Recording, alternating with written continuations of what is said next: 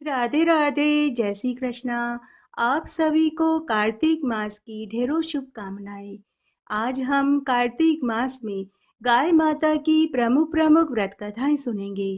कार्तिक मास में स्नान, व्रत और दान के साथ में गाय की सेवा करने, गाय को हरा चारा खिलाने, रोटी के साथ गुड़ खिलाने का बहुत पुण्य धर्म मिलता है।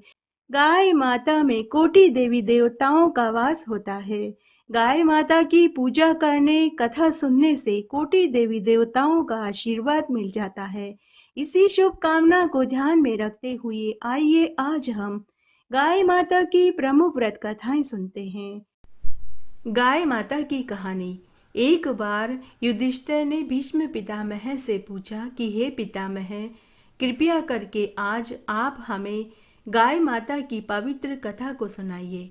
मेरी सुनने की अपार इच्छा है, क्योंकि आपने हमें कई बार गाय माता के महात्म्य को सुनाया है कि गाय हमारी माता है।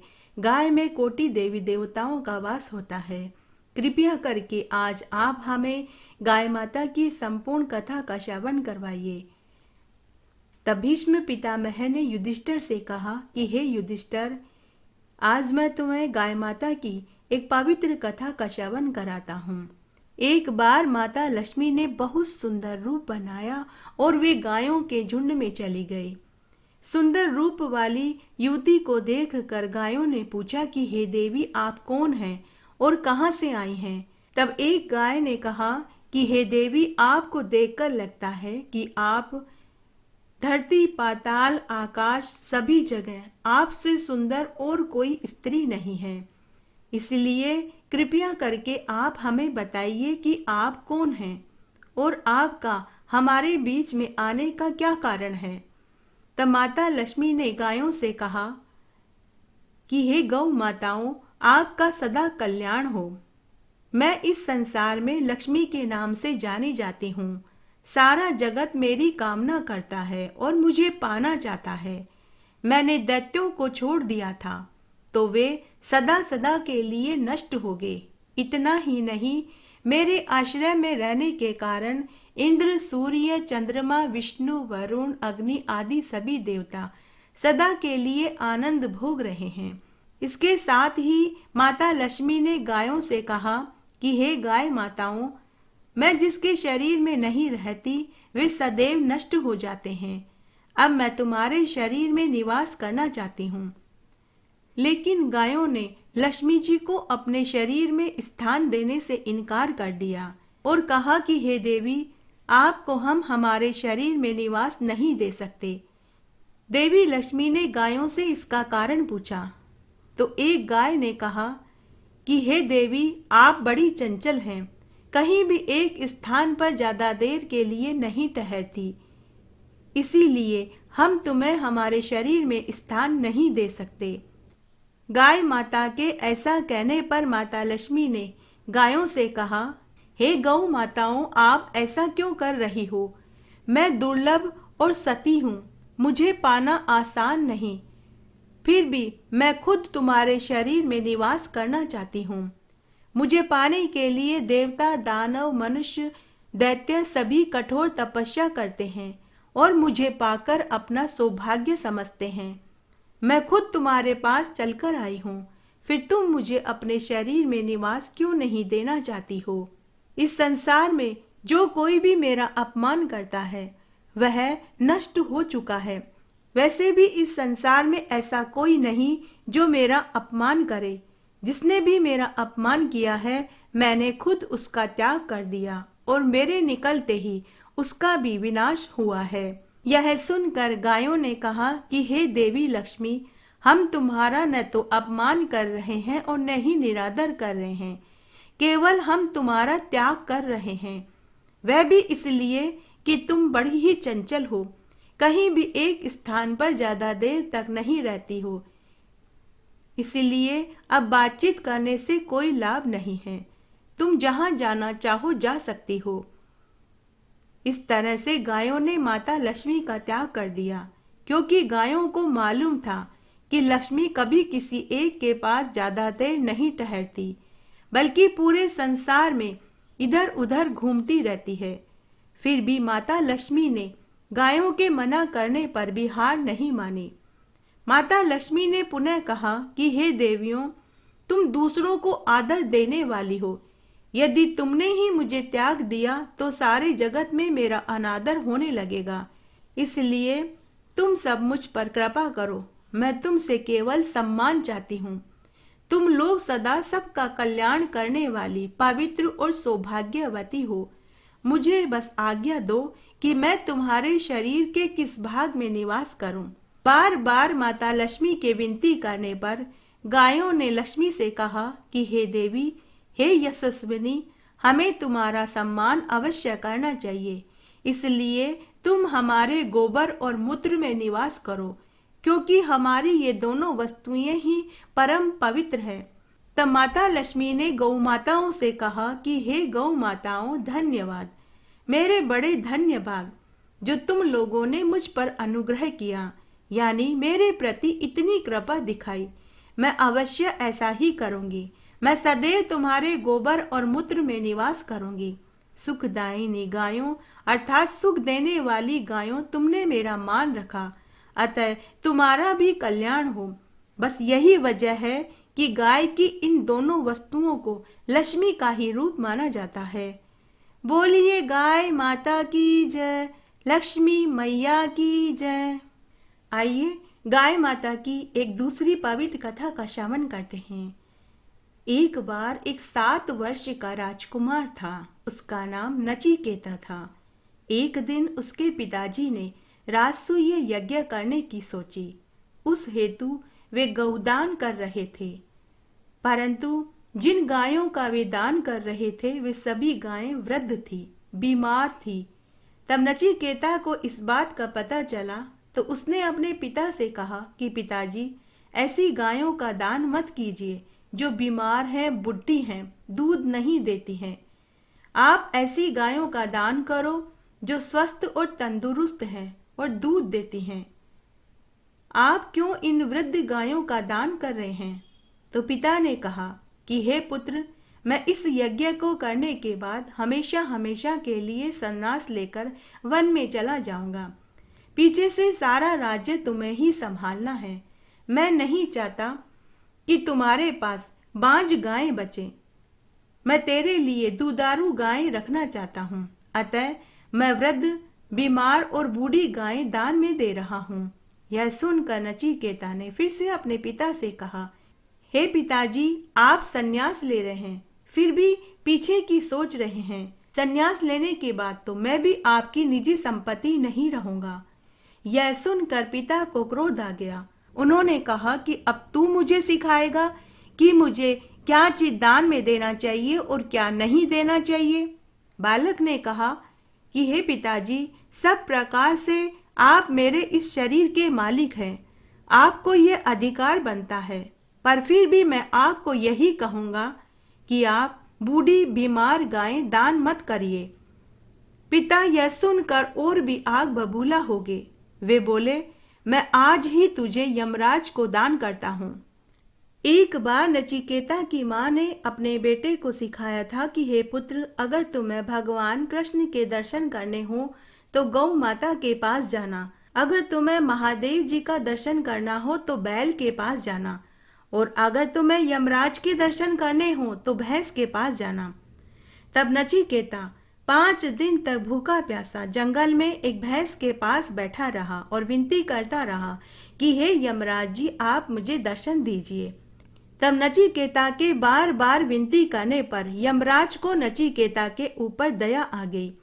वे उसी समय उसके सामने प्रकट हुए और बोले कि हे पुत्र, तुमने मुझे कैसे याद किया? नचिकेता ने यमराज से कहा कि हे यमराज जी, मेरे पिताजी ने मुझे आपको दान किया है, इसलिए अब आप मुझे स्वीकार कीजिए। यमराज ने नचिकेता की बात को सुना तो वे बोले कि हे पुत्र, तू बड़ा ही सौभाग्यशाली है। तूने इतनी छोटी उम्र में गाय माता के बारे में इतना सोचा, इसलिए काल भी तेरा कुछ नहीं बिगाड़ सकता।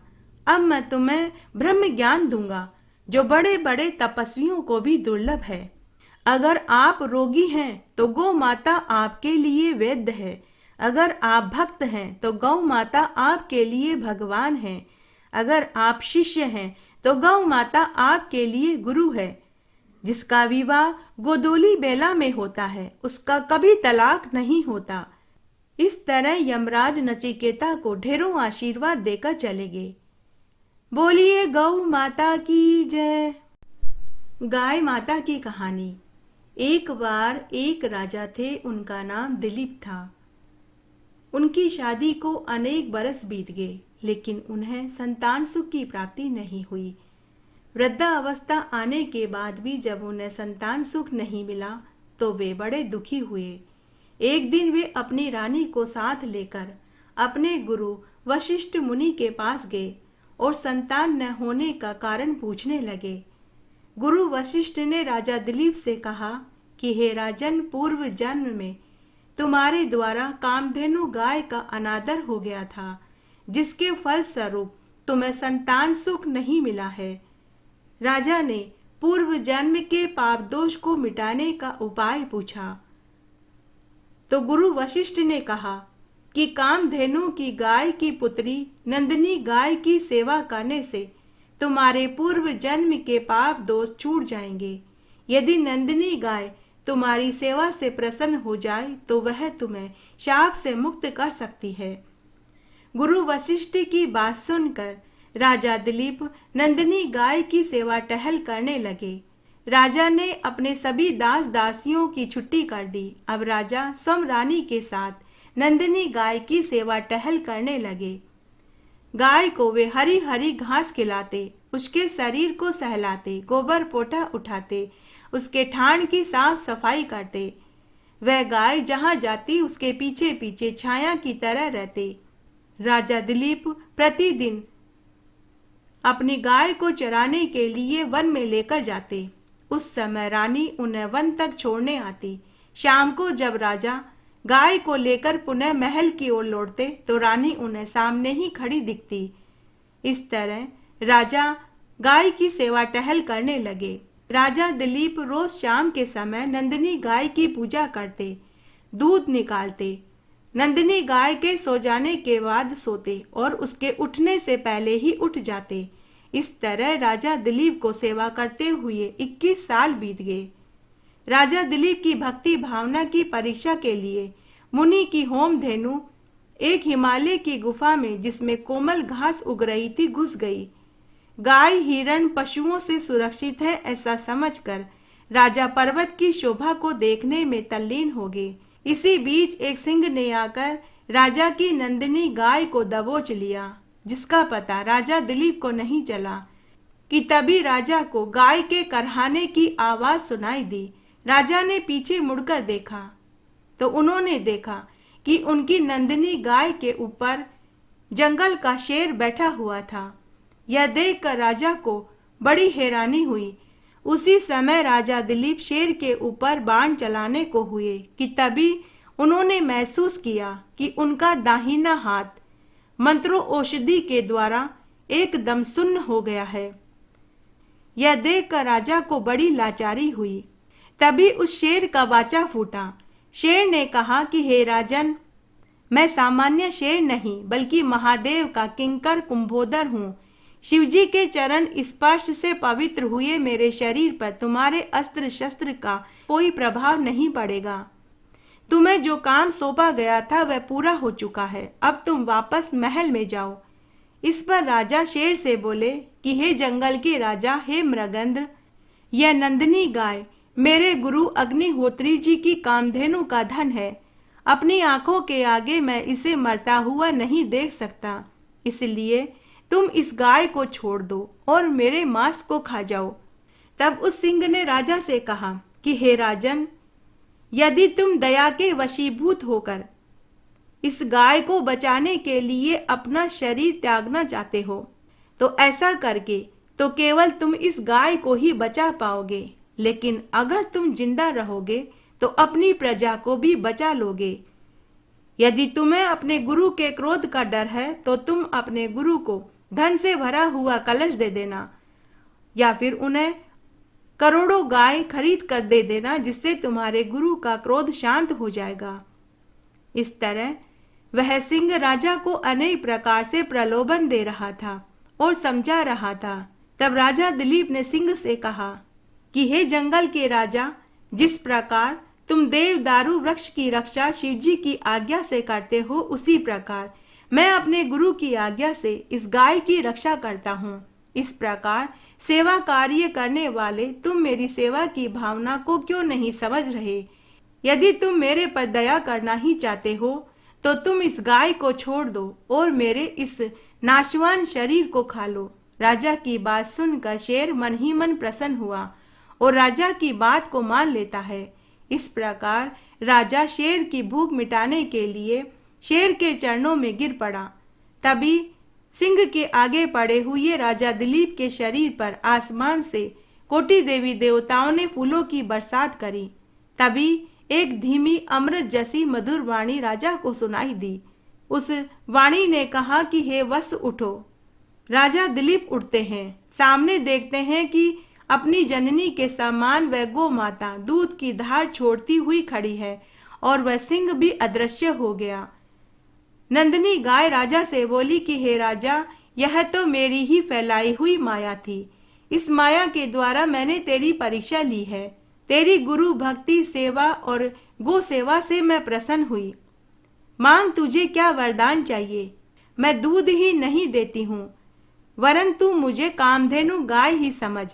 प्रसन्न होने पर मैं मन चाहा वरदान दे सकती हूँ।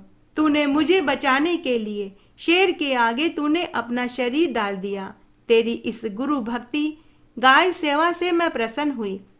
जा, मैं तुझे वरदान देती हूँ कि तुझे संतान सुख की प्राप्ति होगी। तू धनवान, पुत्रवान और लक्ष्मीवान होगा। इस तरह गाय की सेवा करके राजा ने अपने पूर्व जन्म के पाप दोषों को धो लिया और उन्हें भी संतान सुख की प्राप्ति हुई। बोलिए गाय माता की जय।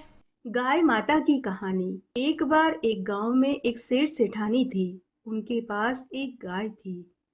उन्होंने अपनी गाय का नाम लक्ष्मी रखा हुआ था। वह गाय बड़ी ही सीधी और समझदार थी। वह सेठ सेठानी की हर बात को मानती थी। वह गाय रोज अन्य पशुओं के साथ वन में चरने जाती थी। इस तरह समय बीत रहा था।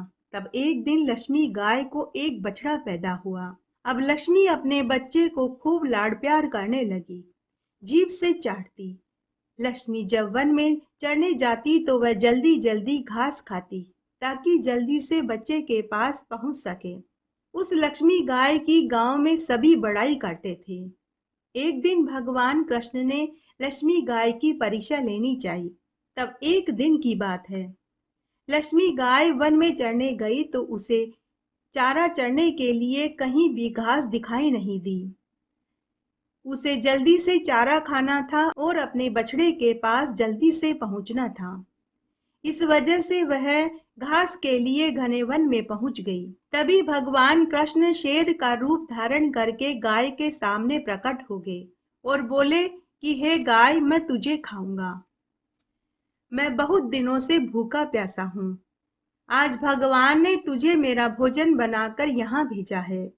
शेर को देखकर लक्ष्मी गाय डर गई, लेकिन उसने हिम्मत नहीं हारी। वह डरते डरते शेर से बोली कि हे वनराज, आप आज मुझे छोड़ दीजिए, कल आप मुझे खा जाना। मेरा बहुत छोटा बच्चा है, वह केवल मेरा ही दूध पीता है। मैं आज उसे अपना दूध पिला दूं और उसे दुनियादारी की बातें समझा दूं। मैं कल वापस इसी जगह आ जाऊंगी, तब आप मुझे खा जाना। शेर बोला कि हे गाय, मुंह में आए हुए घास को कौन जाने देता है? फिर मैं कैसे यकीन करूं कि तुम कल वापस आ जाओगी? गाय ने शेर को वचन दिया। तो शेर ने कहा कि हे गाय, अगर तू कल नहीं आई तो मैं तेरे साथ तेरे बच्चे को भी खा जाऊंगा। शेर ने गाय को जाने दिया। गाय उसी समय घर आई। संध्या के समय सेठानी ने गाय का दूध दूहा और बछड़े को दूध पीने के लिए छोड़ दिया।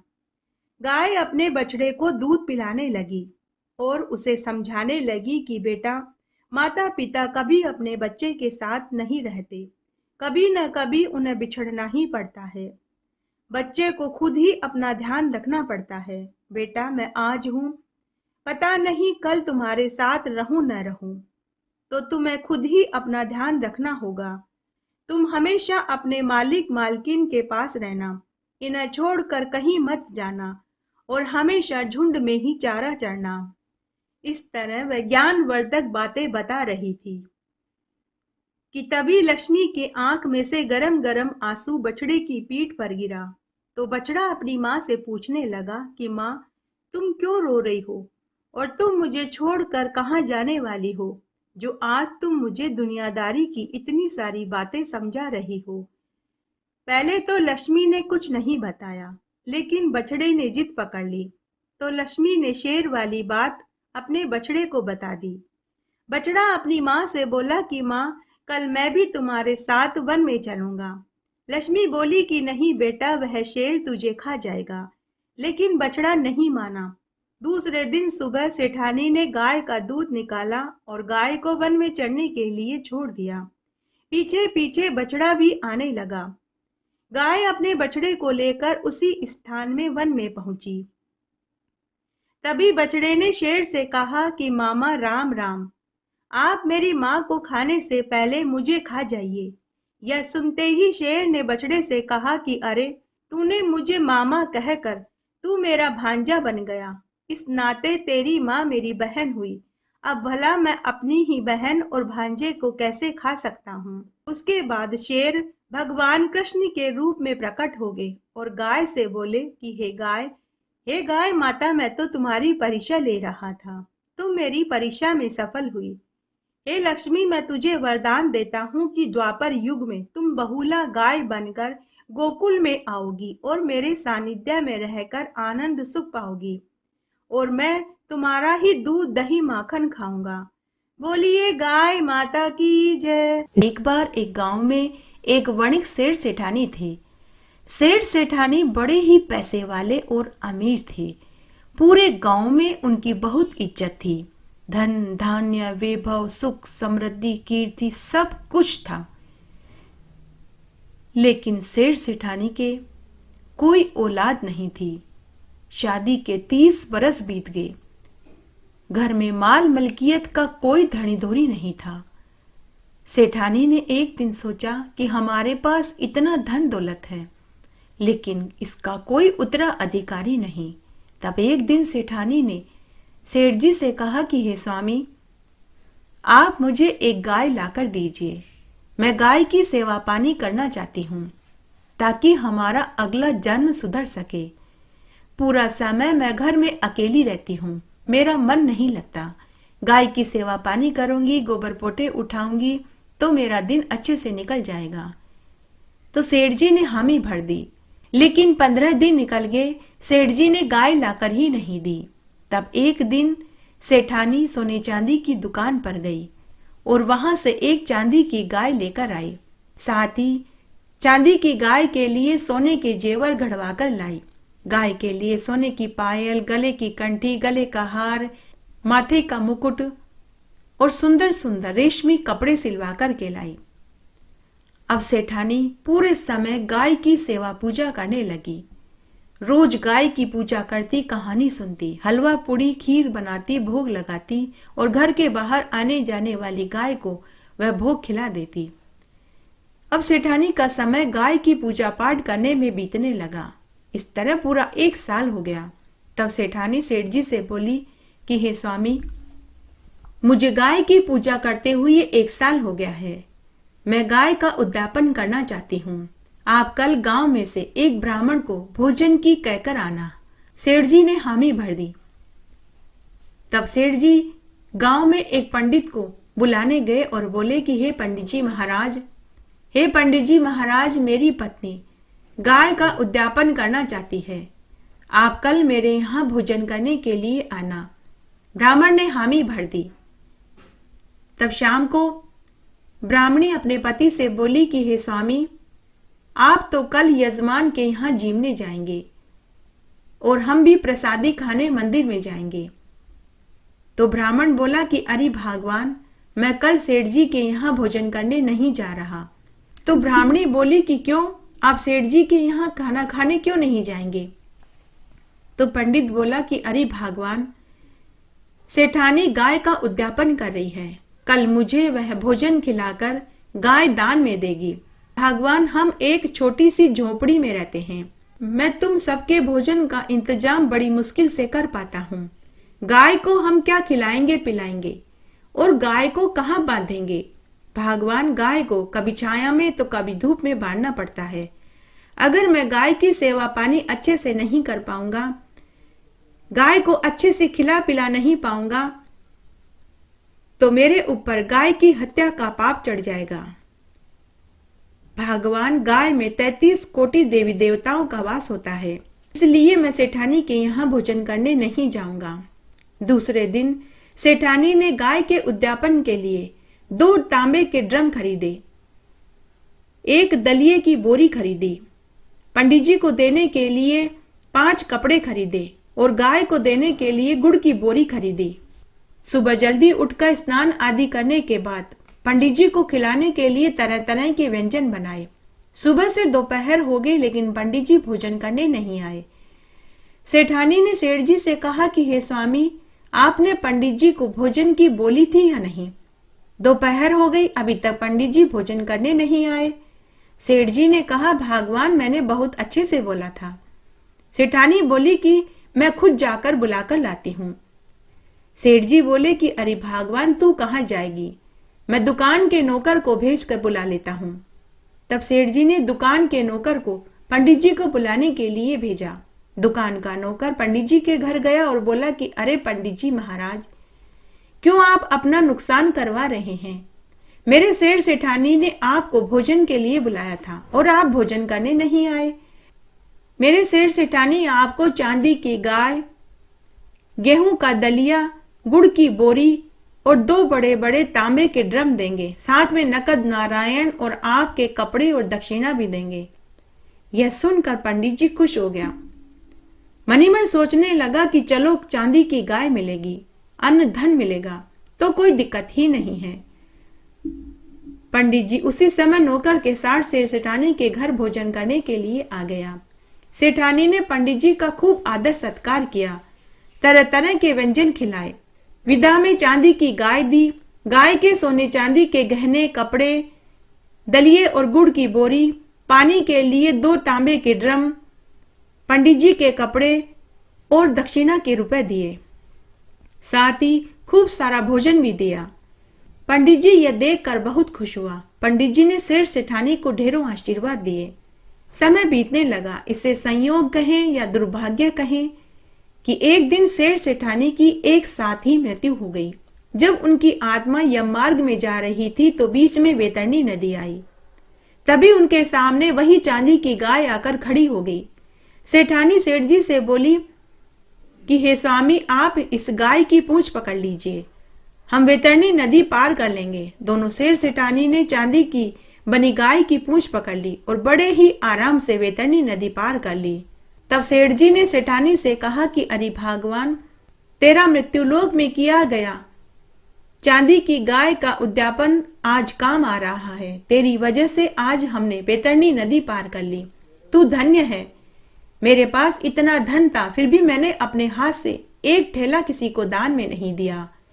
जय हो गाय माता की। गाय माता की कहानी। कार्तिक मास में सभी कथा कहानियों के साथ में गाय माता की कहानी जरूर सुननी चाहिए। आइए आज हम गाय माता की कहानी सुनते हैं। एक गांव में एक अमीर सेठ सेठानी रहते थे। उनके धन दौलत की कोई कमी नहीं थी। भगवान की दया से खूब संपत्ति थी, परंतु सेठ जी बड़े ही कंजूस थे। दान धर्म करना तो उन्होंने सीखा ही नहीं था।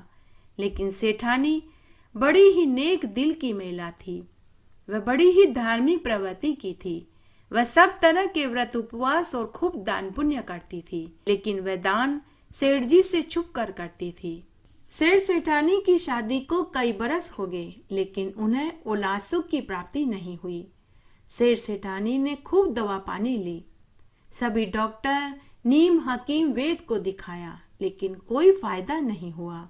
सेठानी को उनके रिश्तेदार बच्चे के लिए जो भी दान पुण्य करने को कहते, वह दिल खोल कर खूब दान पुण्य करती, सभी देवी देवता ढोके, लेकिन कर्मों का फल तो इंसान को जरूर मिलता है। बच्चे होना, औलाद सुख मिलना, धन सुख, परिवार सुख, पति पत्नी सुख सब कर्मों से मिलते हैं। अगले पिछले जन्म ही मनुष्य की तरक्की में बाधक होते हैं। अब सेठानी का मन बेचैन रहने लगा। विवाह को 25 बरस बीत गए।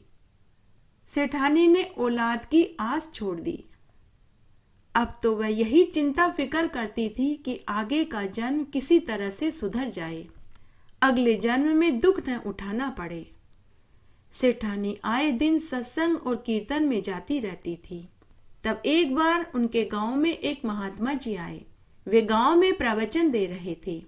महात्मा जी कह रहे थे कि प्रत्येक मनुष्य को अपने जीवन काल में सब तरह के व्रत, उपवास और दान पुण्य करने चाहिए। जो दान हम यहाँ करेंगे वही हमें परलोक में मिलेगा। यह मार्ग बड़ा ही कठिन होता है, यह मार्ग बड़ा ही कांटों भरा होता है। मरते समय की पीड़ा बड़ी कष्टप्रद होती है। इसलिए मनुष्य को समय रहते ही व्रत, उपवास करने चाहिए। गरीबों, जरूरतमंदों को अपनी सामर्थ्य के अनुसार दान करना चाहिए। अगर मनुष्य में सामर्थ्य है तो गौ दान करे, गाय को रोटी खिलाए, हरा चारा खिलाए, कुत्ते को रोटी खिलावे, चिड़ी कबूतरों को दाना पानी डालें, ब्राह्मणों को अन्न, वस्त्र, रुपया और गौ का दान करें। उसके बाद सत्संग खत्म हो गया। सेठानी सत्संग से घर आई तो पूरे समय मन ही मन सोचने लगी कि मैंने छोटे मोटे सभी दान तो सेठ जी से छुप कर दिए, लेकिन गौदान कैसे करूं ताकि मेरा और मेरे पति का अगला जन्म सुधर सके। एक दिन सेठानी सेठ जी से बोली कि हे स्वामी, मेरा मन करता है कि हम पुरोहित जी को गौदान करें। ऐसा सुनते ही सेठ जी तिलमिला उठे और क्रोधित होते हुए अपनी पत्नी से बोले कि अरे भगवान, क्यों नुकसान करवा रही है? आजकल धंधे में पहले ही टोटा है, ऊपर से तू 1.5 लाख की गाय दान करने की बात करती है। सेठानी को पहले से ही मालूम था कि सेठ जी का कुछ ऐसा ही जवाब होगा। तो सेठानी बोली कि हे स्वामी, आपने मुझे क्या मूर्ख समझ रखा है? हम मिट्टी की गाय दान करेंगे। सेठ जी ने कहा कि फिर ठीक है। तब सेठानी बोली कि सेठ जी, कार्तिक का महीना लगने वाला है, मैं कार्तिक मास में स्नान और व्रत करूंगी और गौ माता की कहानी सुनूंगी। तो आप कार्तिक पूर्णिमा के दिन एक ब्राह्मण को भोजन का निमंत्रण दे आना। हम ब्राह्मण को भोजन कराकर मिट्टी की गाय दान दे देंगे। तो सेठ जी ने हामी भर दी। इधर सेठानी कार्तिक मास का स्नान और व्रत करने लगी और एक दिन सोने चांदी की दुकान पर गई और वहां से सोने की गाय खरीद कर ले आई। घर आकर उसने सोने की गाय के ऊपर पीली मिट्टी और गाय का गोबर लगाकर बिल्कुल मिट्टी की गाय जैसा बना दिया और उसे धूप में सुखा दिया। अब सेठानी पूरे कार्तिक मास में मिट्टी की गाय की सेवा पूजा करने लगी, गाय की कहानी सुनने लगी और पूरे कार्तिक मास में भोजन बनाने के बाद मिट्टी की गाय के भोग लगाती और उस भोजन को घर के बाहर आने जाने वाली गाय को खिला देती। इस तरह पूरे कार्तिक मास में सेठानी मिट्टी की गाय की सेवा पूजा करने लगी। इस तरह पूरा कार्तिक का महीना बीत गया। जब कार्तिक पूर्णिमा का दिन आया तो सेठ जी गांव के पुरोहित को भोजन का निमंत्रण दे आए। सेठानी ने पुरोहित जी के लिए स्वादिष्ट व्यंजन बनाए।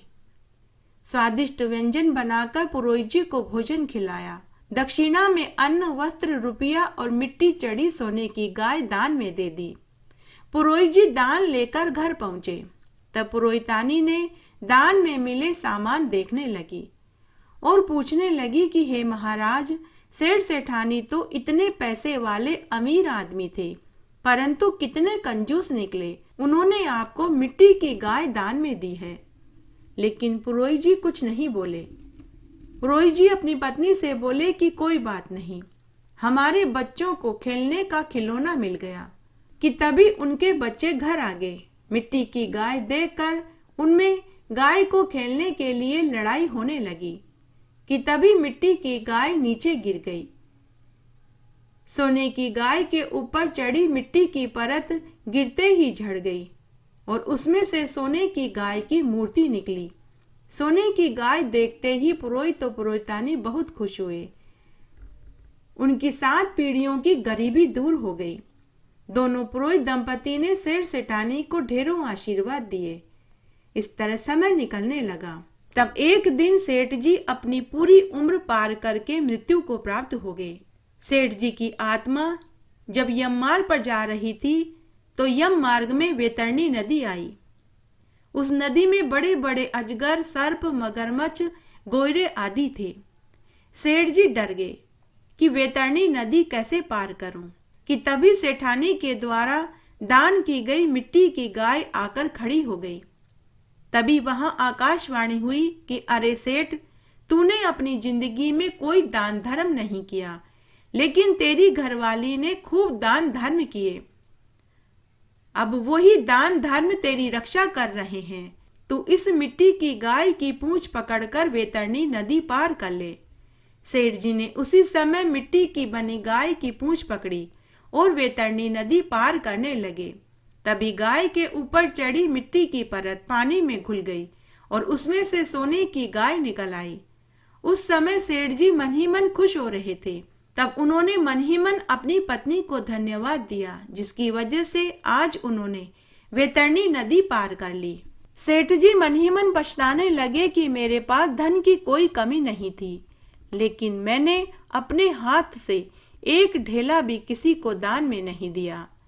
जय हो गाय माता की, जिसने की सेठ जी को वैतरणी नदी पार करने में मदद करी। गाय माता की कहानी। गाय माता की सेवा का फल इस लोक में तो मिलता ही है, मरने के बाद परलोक में भी मिलता है। गाय की सेवा करने के लिए देवी देवता भी लालायित रहते हैं। आइए आज हम इसी कथा को सुनते हैं। एक बार असुरों के राजा बलि व देवताओं के साथ राजा इंद्र में घमासान युद्ध हो गया। सभी असुर इंद्रलोक व स्वर्ग को हथियाना चाहते थे। उनमें युद्ध हो रहा था। उस युद्ध में इंद्र आदि देवताओं के साथ गुरु बृहस्पति भी थे। तो असुरों में राजा बलि के साथ उनके गुरु शुक्राचार्य जी थे। तब युद्ध में दोनों तरफ ही असुर और देवतागण मर रहे थे। तब असुरों के मरने पर दैत्यों के गुरु शुक्राचार्य जी उन्हें अपनी संजीवनी बूटी से जीवित कर रहे थे। तब एक दिन इंद्र ने देखा कि उन्होंने जिन दैत्यों को एक दिन पहले मारा था वे सभी दूसरे दिन युद्ध मैदान में जीवित दिखाई दिए। तो इंद्रदेव ने अपने गुरु बृहस्पति से इसका कारण पूछा। तब गुरु बृहस्पति ने इंद्रदेव से कहा कि हे इंद्र, असुरों के गुरु शुक्राचार्य जी के पास संजीवनी मंत्र है। वे अपने मंत्र से मरे हुए असुरों को जीवित कर रहे हैं। तब इंद्रदेव ने गुरु बृहस्पति से कहा कि इस प्रकार तो हम कभी भी असुरों को मार नहीं पाएंगे। तब इंद्रदेव ने कहा कि हे गुरु बृहस्पति जी, आपको भी यह विद्या ग्रहण करनी चाहिए। तब बृहस्पति ने कहा कि इस विद्या को शुक्राचार्य जी ने कठोर तपस्या करके महादेव जी से वरदान में मांगा था, लेकिन अभी हमारे पास न तो इतना समय है और न ही कोई और तरीका। तब गुरु बृहस्पति ने अपने पुत्र कच्छ को शुक्राचार्य जी के पास संजीवनी मंत्र सीखने के लिए भेजा, ताकि वे भी मरे हुए देवता गणों को जीवित कर सके। तब कच्छ शुक्राचार्य जी के पास गए और विनती करने लगे कि हे गुरुवर, आप मुझे अपना शिष्य बना लीजिए। मैं आपके आश्रम में रहकर आपकी सेवा करना चाहता हूँ। तब शुक्राचार्य जी ने अपने मनोयोग से पता लगा लिया कि यह तो बृहस्पति का पुत्र कच्छ है, लेकिन कच्छ की भक्ति सेवा से प्रसन्न होकर शुक्राचार्य जी ने उसे अपना शिष्य बना लिया और कहा कि तुम गायों की सेवा किया करो, रोज गायों को चराकर लाया करो और आश्रम की सेवा किया करो। इस तरह कच्छ रोज गायों को चराने जंगल में जाने लगा और रोज आश्रम की साफ सफाई करने लगा। कच्छ बहुत ही सुंदर, आकर्षक देह वाला हष्ट पुष्ट युवक था। शुक्राचार्य जी की एक बहुत सुंदर लड़की थी जिसका नाम देवयानी था। उसे नृत्य व गान बहुत पसंद था। कच्छ व देवयानी में मित्रता हो गई। कच्छ वाद्य यंत्र बजाता और गीत गाता तो देवयानी नृत्य करती थी। कच्छ के सुंदर सुडोल हष्टपुष्ट शरीर पर देवयानी का दिल आ गया। देवयानी कच्छ से भीतर ही भीतर प्यार करने लगी। तब एक दिन असुरों को पता चल गया कि बृहस्पति का पुत्र कच्छ शुक्राचार्य जी के पास संजीवनी मंत्र की शिक्षा लेने आया है, तो उन्होंने कच्छ को मारने का उपाय बनाया। जब कच्छ वन में गायें चरा रहा था तो असुरों ने कच्छ को मार दिया और उसके टुकड़े टुकड़े करके शेर को खिला दिए। शाम को गायें तो आश्रम में लौट आई, लेकिन कच्छ लौटकर नहीं आया। तो देवयानी ने अपने पिता से कहा कि पिताजी, कच्छ अभी तक वन से वापस नहीं आया है, आप पता लगा कर के बताइए कि वह कहाँ रह गया। तब शुक्राचार्य जी ने अपने तंत्र बल से पता लगा लिया कि कच्छ मारा जा चुका है और शेर उसे खा चुका है। तो शुक्राचार्य जी ने अपनी बेटी से कहा कि बेटी, अब कुछ नहीं हो सकता, कच्छ मारा जा चुका है, अब वह जीवित नहीं हो सकता। तो देवयानी करुण रुदन करने लगी कि पिताजी, मैं कच्छ से प्रेम करती हूँ, अगर वह जीवित नहीं हुआ तो मैं भी अपने प्राण त्याग दूंगी। तब शुक्राचार्य जी ने अपनी संजीवनी मंत्र विद्या से कच्छ को जीवित कर दिया। उसके बाद कच्छ वापस शुक्राचार्य जी के आश्रम में आ गया। कुछ दिनों के बाद असुरों को पुनः पता चल गया कि कच्छ जीवित हो गया है, तो उन्होंने फिर से कच्छ को मारकर समुद्र में फेंक दिया। फिर से उस दिन शाम को गायें तो वापस आश्रम में लौट आई, लेकिन कच्छ नहीं आया। देवयानी ने पुनः अपने पिता से कहा कि पिताजी, पता लगाइए कि कच्छ कहाँ रह गया। शुक्राचार्य जी ने पुनः अपने तंत्र बल से पता लगा लिया, तो उन्होंने अपनी बेटी से कहा कि बेटी, कच्छ तो मारा गया, उसे मारकर समुद्र में फेंक दिया है, अब वह जीवित नहीं हो सकता। तो देवयानी फिर से रोने लगी और बोली कि पिताजी, आपकी संजीवनी मंत्र की विद्या कब काम आएगी? आप मेरे कच्छ को वापस जीवित कर दीजिए, नहीं तो आप मुझे मार डालिए। शुक्राचार्य जी अपनी बेटी की जिद के आगे हार गए। उन्होंने फिर से कच्छ को जीवित कर दिया। इस तरह कच्छ पुनः जीवित हो गया और गायों की सेवा करने लगा। कुछ दिनों के बाद असुरों ने शुक्राचार्य जी के आश्रम में कच्छ को पुनः जीवित देखा, तो उन्होंने फिर से कच्छ को मार डाला और उसका चूरन बनाकर उस चूरन को सुरा में मिलाकर धोखे से शुक्राचार्य जी को पिला दिया। शाम को वापस वन में से गायें तो लौट आई, लेकिन कच्छ नहीं आया। पुनः देवयानी अपने पिता से बोली कि पिताश्री, आज वापस वन में से गायें तो लौट आई, लेकिन कच्छ नहीं आया। शुक्राचार्य जी ने फिर से पता लगाया, तो उन्होंने अपनी पुत्री से कहा कि पुत्री, कच्छ तो मारा जा चुका है, लेकिन इस बार मैं उसे जीवित नहीं कर सकता। पुत्री ने कहा कि क्यों पिताजी, आपकी संजीवनी मंत्र से वह जीवित क्यों नहीं हो सकता? तो शुक्राचार्य जी ने अपनी पुत्री से कहा कि हे पुत्री, असुरों ने बड़े ही धोखे से कच्छ को मार डाला और उसका चूरन बनाकर सुरा में मिलाकर मुझे धोखे से पिला दिया। अब कच्छ पाउडर रूप में मेरे पेट में पड़ा है। अगर मैं कच्छ को संजीवनी मंत्र से जीवित करता हूँ तो मेरा पेट फट जाएगा और मेरी मृत्यु निश्चित है। तब देवयानी बोली कि पिताजी, मैं आपके और कच्छ दोनों के बिना जीवित नहीं रह सकती, अब आप ही कोई उपाय सोचिए। तब शुक्राचार्य जी को एक ही उपाय समझ में आया। उन्होंने पहले संजीवनी मंत्र से अपने पेट में पाउडर रूप में पड़े कच्छ को जीवित किया और उसे संजीवनी मंत्र की विद्या दे दी और पेट में पड़े हुए कच्छ से कहा, कच्छ, अब मैं तुम्हें जीवित कर रहा हूँ। जैसे ही तुम जीवित होकर बाहर आओगे तो उसी क्षण मेरा पेट फट जाएगा और मैं मृत्यु को प्राप्त हो जाऊंगा। लेकिन उससे पहले संजीवनी मंत्र की शिक्षा देने की तुमसे दक्षिणा लेना चाहता हूँ। पेट में पड़े हुए कच्छ ने शुक्राचार्य जी से कहा कि हे गुरुवर, आप मांगिए, आपको क्या चाहिए? तब शुक्राचार्य जी ने कहा कि मेरे मरने के बाद तुम मुझे संजीवनी मंत्र से जीवित कर देना। तो कच्छ ने वचन दे दिया। तब शुक्राचार्य जी ने कच्छ को संजीवनी मंत्र की संपूर्ण विद्या दे दी और फिर कच्छ को जीवित कर दिया। कच्छ शुक्राचार्य जी का पेट फाड़ कर बाहर आ गया। कच्छ सच्चा गुरु भक्त निकला। उसने भी संजीवनी मंत्र से शुक्राचार्य जी को जीवित कर दिया। उसके बाद देवयानी ने कच्छ से विवाह करने का प्रस्ताव रखा, तो कच्छ ने अस्वीकार कर दिया। देवयानी ने इसका कारण पूछा, तो कच्छ ने कहा कि मैंने अभी अभी तुम्हारे पिता के पेट से जन्म लिया है, इस नाते हम दोनों भाई बहन हुए और भाई बहन होने के नाते हम आपस में विवाह नहीं कर सकते। यह सुनकर देवयानी कुपित हो गई। और कच्छ को शाप देते हुए बोली कि हे कच्छ, मैं तुम्हें शाप देती हूँ कि तुमने संजीवनी मंत्र की विद्या तो पाली, लेकिन उससे तुम किसी को भी जीवित नहीं कर पाओगे। जिस समय तुम्हें संजीवनी मंत्र की सबसे ज्यादा जरूरत होगी तब उस समय तुम संजीवनी मंत्र को भूल जाओगे। यह सुनते ही कच्छ भी क्रोधित हो गया। उसने भी देवयानी को शाप दिया कि तुम्हारा विवाह किसी दैत्य या असुर से ही होगा, किसी भी देवता से तुम्हारा विवाह नहीं होगा। उसके बाद कच्छ शुक्राचार्य जी को प्रणाम करके स्वर्ग में लौट आया। तब इंद्र, बृहस्पति, विष्णु, ब्रह्मा आदि देवताओं ने कच्छ का फूलों से स्वागत किया। तब इंद्र ने कच्छ से पूछा कि हे वत्स, तुमने संजीवनी मंत्र की शिक्षा ग्रहण करी या नहीं? तो कच्छ ने सभी को पूरी बात बताई। तब भगवान विष्णु ने कच्छ से कहा कि हे पुत्र कच्छ, तुम गोलोक में जाकर गायों की सेवा करो, गायों को बांसुरी की मधुर तान में हरि संकीर्तन सुनाओ, तुम देवयानी के शाप से मुक्त हो जाओगे। उसके बाद कच्छ ने ऐसा ही किया। वह गोलोक में जाकर गायों की सेवा करने लगा और उनके कान में हरि कीर्तन सुनाने लगा, जिसके कारण वह देवयानी के शाप से मुक्त हो गया। गायों की सेवा करने से न केवल बड़े से बड़े पाप धुलते हैं, बल्कि शाप से भी मुक्ति मिल जाती है। इस तरह आज हमने कार्तिक मास में सुनी जाने वाली गाय माता की प्रमुख प्रमुख व्रत कथाएं सुनी।